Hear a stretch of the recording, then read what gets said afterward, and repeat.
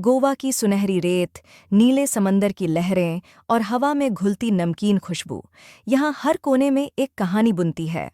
ऐसी ही एक कहानी थी आरव और मायरा की, जो गोवा के बागा बीच पर शुरू हुई। मुलाकात। आरव दिल्ली का एक व्यस्त पत्रकार था, जो अपनी जिंदगी की भागदौड़ से थक चुका था। उसका मन खबरों की हेडलाइंस, डेडलाइंस और शहर की कोलाहल से भरा था। एक दिन, जब उसका दिमाग तनाव से फटने की कगार पर था, उसने अपने दोस्त की सलाह मानी और गोवा के लिए एक सस्ती फ्लाइट बुक कर ली। बस कुछ दिन समंदर के किनारे बिताओ, सब ठीक हो जाएगा, दोस्त ने कहा था। मायारा, दूसरी ओर, गोवा की बेटी थी। वह कैलंग्यूट में एक छोटा सा कैफे चलाती थी, जिसका नाम था समंदर की कॉफ़ी। उसकी जिंदगी सादी थी। सुबह कैफे में कॉफ़ी बनाना, दोपहर में समंदर की लहरों से बातें करना और रात में अपने गिटार पर पुराने बॉलीवुड गाने बजाना। मायारा का दिल गोवा की तरह खुला था, लेकिन उसकी आंखों में एक अनकही उदासी थी, जिसे कोई समझ नहीं पाया था। एक शाम, जब सूरज बागा बीच पर डूब रहा था, आरव वहां टहल रहा था। उसने अपने जूते उतारे, रेत को पैरों तले महसूस किया और गहरी सांस ली। तभी उसकी नज़र एक छोटे से स्टॉल पर पड़ी, जहां मायरा अपने कैफे का प्रचार कर रही थी। वह एक रंग बिरंगी साड़ी में थी और उसकी मुस्कान में कुछ ऐसा था कि आरव बिना सोचे उसकी ओर खिंचा चला गया। एक कॉफ़ी पिलाओ, जो तुम्हें सबसे ज्यादा पसंद हो, आरव ने हल्के से मुस्कुराते हुए कहा। मायारा ने उसकी ओर देखा, उसकी थकी हुई आंखों को पढ़ा और कहा, तुम्हें कॉफ़ी नहीं, कुछ और चाहिए, रुको। उसने एक नारियल पानी लिया, उसमें थोड़ा नींबू और पुदीना मिलाया और आरव की ओर बढ़ाया। ये लो, दिल्ली वाले, ये तुम्हारा तनाव भगा देगा। आरव हंस पड़ा। दिल्ली वाले, इतनी जल्दी पहचान लिया? तुम्हारी आंखें बता रही हैं, शहर की भागदौड़ की छाप साफ दिखती है, मायरा ने चुटकी लेते हुए कहा। प्यार की शुरुआत उस दिन के बाद आरव हर शाम मायरा के कैफे में जाने लगा। वह कॉफ़ी पीने के बहाने मायरा से बातें करता। मायरा की हंसी, उसकी कहानियाँ और उसका गोवा के प्रति प्यार आरव को एक नई दुनिया में ले जाता। मायारा उसे गोवा के छिपे हुए कोने दिखाती, दूधसागर झरना, अंजुना के पुराने चर्च और एक छोटा सा गांव जहां हर शाम मछुआरे गीत गाते। एक रात, जब वे कैलंग्यूट बीच पर टहल रहे थे, मायारा ने अपने गिटार पर ये रातें ये मौसम गाना शुरू किया।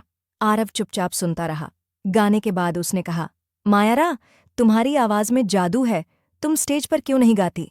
मायारा का चेहरा थोड़ा मलिन हो गया। पहले गाती थी, मुंबई में, लेकिन कुछ सपने टूटते हैं तो वापस घर लौटना पड़ता है। आरव ने उसका हाथ थामा। क्या हुआ था? मायरा ने गहरी सांस ली। मैं एक म्यूजिक बैंड में थी, हमें एक बड़ा ब्रेक मिलने वाला था, लेकिन मेरे साथी ने मुझे धोखा दिया, मेरा गाना चुराया और मैं टूट गई। गोवा वापस आ गई। यहाँ समंदर ने मुझे फिर से जीना सिखाया। आरव ने उसकी आंखों में देखा। तुम्हारा सपना अभी जिंदा है, मायारा, तुम्हें फिर से गाना चाहिए।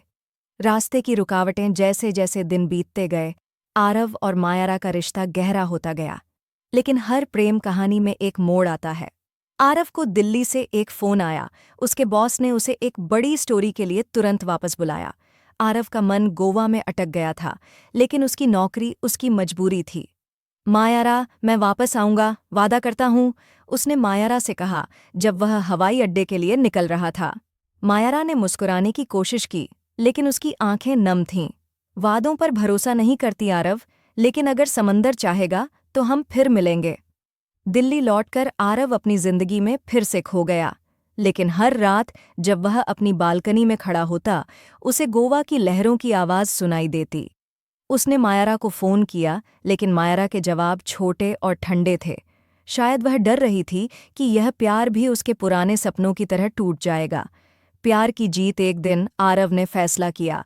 उसने अपनी नौकरी छोड़ दी और गोवा के लिए टिकट बुक कर लिया। वह मायरा के कैफ़े पहुंचा, जहां मायरा अपने गिटार पर गाना बजा रही थी। उसे देखते ही मायरा रुक गई। तुम यहाँ?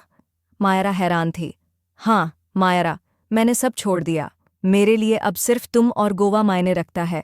तुम्हारा सपना मेरा सपना है, हम मिलकर तुम्हें फिर से स्टेज पर ले जाएंगे। मायरा की आंखों में आंसू थे, लेकिन इस बार खुशी के। उसने आरव को गले लगाया।